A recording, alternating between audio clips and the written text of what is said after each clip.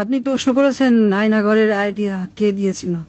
হ্যাঁ, আইডিয়াটা দিয়েছিল আমার বিয়াই তারেক সিদ্দিকী। সেই সবকিছু করেছে। গুলি করে মারার দরকার কি? ক্রসফায়ার দিলে বেশি লোক জানাজানি হচ্ছে, সমালোচনা বেশি হচ্ছে। সেদিন থেকে শুরু হলো এই নতুন পরীক্ষামূলক পরিকল্পনা। একটা ছোট্ট ঘর, 3.5 ফিট বাই 3.5 ফিট। ওইখানে নিজের কোথাও ভালোভাবে শোনা যায় না। হ্যাঁ, আমরা প্রথমে কিছু বিরোধী নেতাকে তুলে আনলাম, এই বিএনপি, জামাত, ছাত্র শিবির, ছাত্রদল, কিছু সাংবাদিক। ওদের জায়গা হলো সেই আয়না ঘরে। প্রথমে কয়েকদিন ওরা দেয়ালে ঘুষি মারত। আমাকে ভিডিও কলে দেখানো হলো, ভিডিওতে আমাকে দেখানো হলো ওরা দেয়ালে ঘুষি মারত, দল্লা ঠেলে বেরোনোর চেষ্টা করছে। তারপর কিছুদিন দেখি শুধু উপরের দিকে তাকিয়ে থাকে।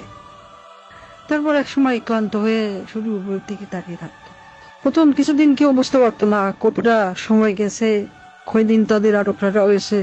খাবার অনেক কম দেওয়া হতো, খাবার কম দিতে বলতাম, পানিও খুব সীমিত। কেউ কেউ নিজের আয়নায় নিজের প্রতিবিম্বকে দেখে শত্রু মনে করত, নিজেকেই আক্রমণ করা শুরু করলো। নিজের দেয়ালে নিজের হাত দিয়ে ঘুষি মারলো, হাত রক্তাক্ত করলো। আমার সবচেয়ে সুন্দর দৃশ্য ছিল যখন একজন সাংবাদিক, কি জানো ওর নাম, হ্যাঁ মাসুদ, নিজের নখ দিয়ে নিজের মুখের চামড়া ছিঁড়ে ফেলা চিৎকার করছে। আমার পছন্দ হলো। সারা দেশে আরো বেশ কিছু এরকম আয়নাঘর বানালাম। যুদ্ধপরাধী রাজাকার ছেলে মেয়েদের সেখানে বন্দি করতে বললাম। মাঝে মাঝে দুই একজনকে ছেড়েও দিতাম। ফিরে এসে কেউ কিছুই বলতো না, ওইভাবে বলে দিয়েছিলাম যেন কেউ মুখ না খোলে। ব্যাস, সাপও মরলো না, লাঠিও ভাঙলো না। মানুষ ভাবলো যান বাঁচাতে স্বেচ্ছায় আত্মগোপন করেছিল, কিন্তু আমার আসল শক্তি ছিল প্রচারণায়। আমার দলের নেতা কর্মীরা, তারাও এই ব্যাপারটা বিশ্বাস করতে পারে না। সত্যকে আমরা এমন ভাবে ধামাচাপা দিয়েছি, কেউ বিশ্বাসই করতে পারছে না আয়না ঘর আসলে ঘর বলতে সত্যি কিছু ছিল।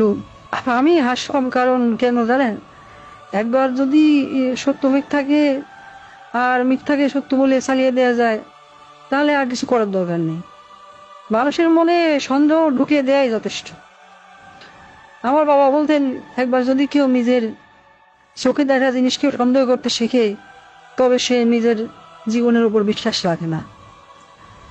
তখনই তুমি তাকে সম্পূর্ণ দখল করে দিতে পারবে। আমি তাই করেছি। আমি তাদের মনের উপর শাসন করেছি। আমি তাদের কল্পনাকে বন্দি করেছি। হাসতায় আজও মানুষ সন্দেহ করে আয়না ভাড়া বললে সত্যি কিছু ছিল।